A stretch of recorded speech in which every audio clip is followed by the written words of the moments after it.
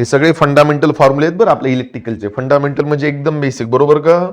जे तोंडपाठ पाहिजे, तोंडपाठ म्हणायचे आपल्या रक्तात पाहिजे. रक्तात आहे याचं मिनिंग कळतं ना?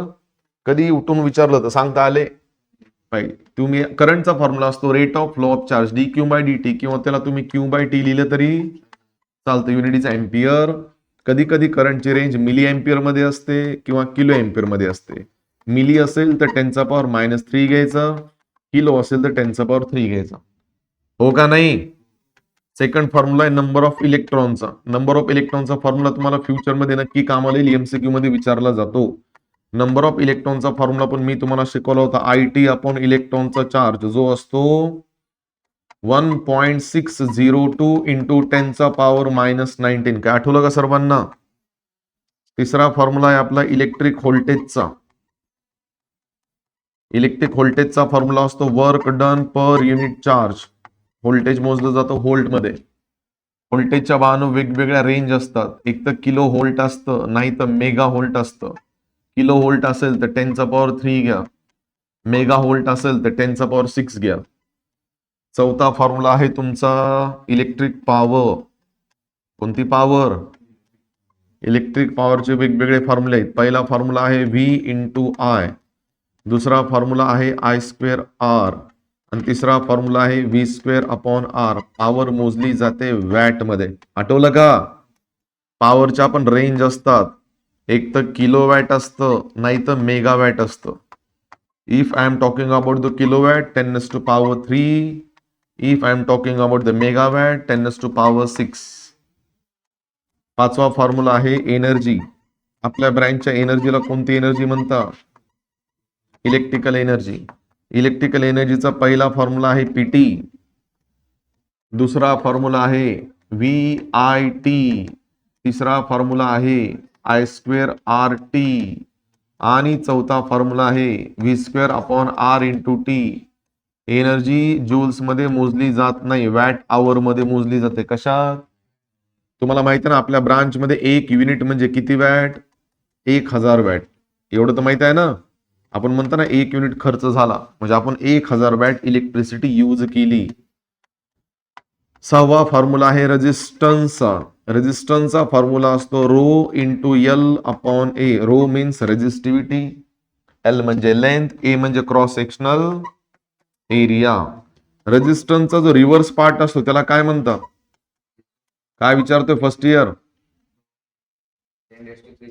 कुठे रे? हे वॅट आहे, वॅट W. काय झालं? कुठं आहे? W अपॉन Q आहे. वर्क डन म्हणता W ला. मी काय विचारलो तुम्हाला? कंडक्टन्स रेजिस्टन्स बिलकुल जमत नाही. G चा फॉर्म्युला असतो R की 1/R. युनिट आहे सिमेन्स. काय आठवलं का? शिकवलंय. हे झाले 7 फॉर्म्युले. ओके, पुढचे पण लगेच लिहून घेतो मी, थांबा.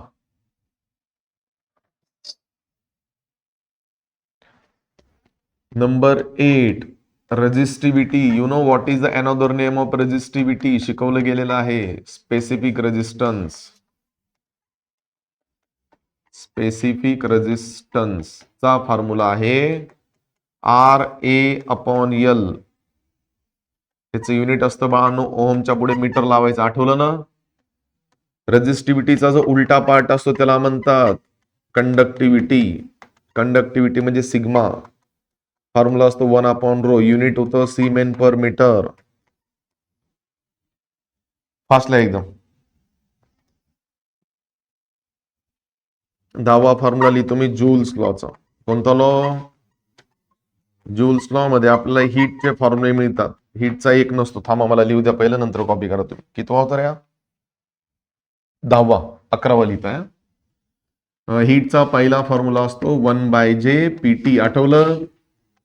हीटचा दुसरा फॉर्म्युला असतो 1/J VIT. हीटचा तिसरा फॉर्म्युला असतो 1/J I² RT. आणि हीटचा चौथा फॉर्म्युला असतो 1/J V² upon R into T. याचं जे युनिट असतं ते कॅलरीज असतं.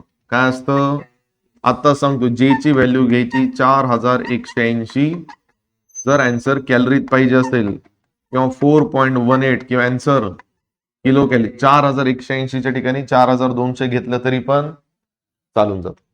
आय थिंक एवढेच फॉर्म्युले आपले झाले आहेत बेसिक मध्ये, बरोबर का?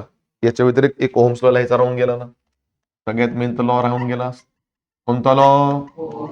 ओहम्स लॉ काय सांगतो? V is equals to I R, किंवा आय इज इक्वल्स टू, किंवा R is equals to. Ohm's law तिन्ही पण आहेत बरं, पण कधी? When the temperature of a body remains constant. समजलं? व्होल्टेज असेल तर व्होल्ट लिहा, करंट असेल तर अँपियर लिहा, रेजिस्टन्स असेल तर ओहम लिहा. अंडरस्टँड? हे सगळे फॉर्म्युले लिहिल्यानंतर ऍट दी एंड काय करायचं? 4 लाईन सोडायच्या. जर मला कुठे नवीन फॉर्म्युला आढळला तर तो इकडून कॉपी करायचा. चालेल? आता 4 लाईन तुम्ही सोडताय ना, त्यात नंतर सोडा, पण त्या 4 लाईनच्या अगोदर तुम्हाला काही कन्व्हर्जन फॅक्टर बी सांगतो. पुन्हा माझ्या बी डोक्याला ताप नको. काही महत्वाचे कन्व्हर्जन फॅक्टर सांगतो. तुम्हाला एवढं तर माहिती आहे ना की आपण सगळे कॅल्क्युलेशन कशात करता? फिजिक्स मध्ये शिकले असाल तुम्ही, कॅल्क्युलेटर मध्ये. Very good. असेच उत्तर देत जसं सकाळी सकाळी. हा, we do all calculation in MKS. System of unit 4 प्रकारचे असतात: FPS, CGS, MKS and SI. पण आपण लहानपणापासून कॅल्क्युलेशन कशात करता? हे का सांगतो लक्ष देणार. MKS का? जर सेंटीमीटर दिलेला असेल तर मीटर मध्ये कन्वर्ट करा 10⁻². सेंटीमीटरचा स्क्वेअर दिलेला असेल तर मीटर स्क्वेअर मध्ये कन्वर्ट करा 10⁻⁴. मिलीमीटर दिलेला असेल तर मीटर मध्ये कन्वर्ट करा 10⁻⁻3. मिलीमीटरचा स्क्वेअर दिलेला असेल तर मीटर स्क्वेअर मध्ये कन्वर्ट करा 10⁻�6. किलो असेल तर काढून टाका 10⁻3. मेगा असेल तर काढून टाका 10⁻6. मायक्रो असेल तर काढून टाका 10⁻6. नॅनो असेल तर काढून टाका 10⁻9. पिको असेल तर काढून टाका 10⁻12. हे पाठ पाहिजे तरच न्यूमेरिकल जमतील. सगळ्यात जास्त काय यूज होतं सांगू? ओके, 4 यूज होतं. ऐकताय का? एका मीटर मध्ये 100 सेंटीमीटर असतात, हो का नाही? 100 म्हणजे 1च्या पुढे किती शून्य?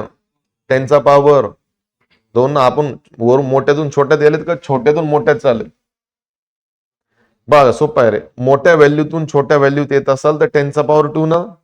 छोट्या व्हॅल्यूतून मोठ्या व्हॅल्यूत झालं, प्लस नाही लिहायचं, मायनस लिहायचं, 10⁻². अरे कॉमन सेन्सची गोष्ट आहे. मोठ्या युनिटला छोट्या युनिट मध्ये कन्वर्ट करायचंय, 10⁻+ असतो, हो का नाही? उलटा जायचं असेल तर मी उलटच चाललो ना. सेंटीमीटरला मीटर किती? -2. स्क्वेअर असेल तर -4. मिलीमीटरला मीटर मध्ये -3. स्क्वेअर असेल तर -6. झालं का पाठ? चला पुढे. किलो असेल तर 3. किलो का? कारण किलो मोठा असतो ना. मेगा त्याच्यापेक्षा 6. मायक्रो त्याच्या एकदम उलट. मायक्रोस मेगाच्या अपोजिट कोण आहे? 10⁻, त्याच्यापेक्षा लहान. नॅनो 10⁻⁻, त्याच्यापेक्षा लहान. पिको 10⁻⁻. नॅनो टेक्नॉलॉजी नाव ऐकलं असेल ना. नॅनो टेक्नॉलॉजी म्हणजे सूक्ष्म टेक्नॉलॉजी, म्हणून 10⁻काय किती लिहिला जातो? -9. समजलं? चला थोडा वेळ घ्या, फॉर्म्युले माझ्यासमोर कॉपी करा लवकर.